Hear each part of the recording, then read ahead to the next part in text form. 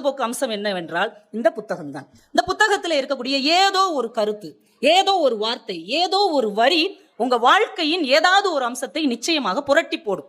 நான் சொல்றதுல உங்களுக்கு நம்பிக்கை இல்லைன்னா இன்னைக்கு மெதுவா போங்க. இன்னைக்கு வேண்டாம், எல்லாரும் பயந்து போயிட்டீங்க, நான் என்ன பண்றது? நாளைக்கு பகல்ல ஒரு ரவுண்ட் யாரையும் கூட வச்சுக்காதீங்க. நீங்களா ஒவ்வொரு ஸ்டாலா போங்க. ஒவ்வொரு புக்கா உங்களுக்கு பார்த்த உடனே சில புக்கு கூப்பிடும், இங்க வா என்னை பாரு அப்படின்னு சொல்லி. அந்த புக்கையா மட்டும் எடுத்து ஒரு 4 பக்கம் பரட்டி முன்னாடி பின்னாடி நடுவுல எல்லாம் பாருங்க. அதுல ஏதோ ஒரு வார்த்தை உங்க மனசுக்குள்ள அப்படி ஒரு நூல் மாதிரி தைக்கும். அந்த புத்தகத்தை மட்டும் விலைக்கு வாங்கிட்டு போய் வீட்டுல வச்சு படிச்சு பாருங்க. நிச்சயமாக அந்த புத்தகத்தில் நீங்கள் இதுவரைக்கும் தேடிக்கொண்டிருந்த ஒரு விஷயம், இல்லைன்னா உங்க குழப்பத்திற்கு உங்களை ஆட்படுத்திய ஒரு விஷயம், இல்லை என்றால் நீங்க ஏதோ ஒரு துயரத்தில் இருக்கும்போது அதிலிருந்து உங்களை விடுவிக்கிற ஒரு வாசகம் நிச்சயமாக அந்த புத்தகத்திற்குள் இருக்கும்.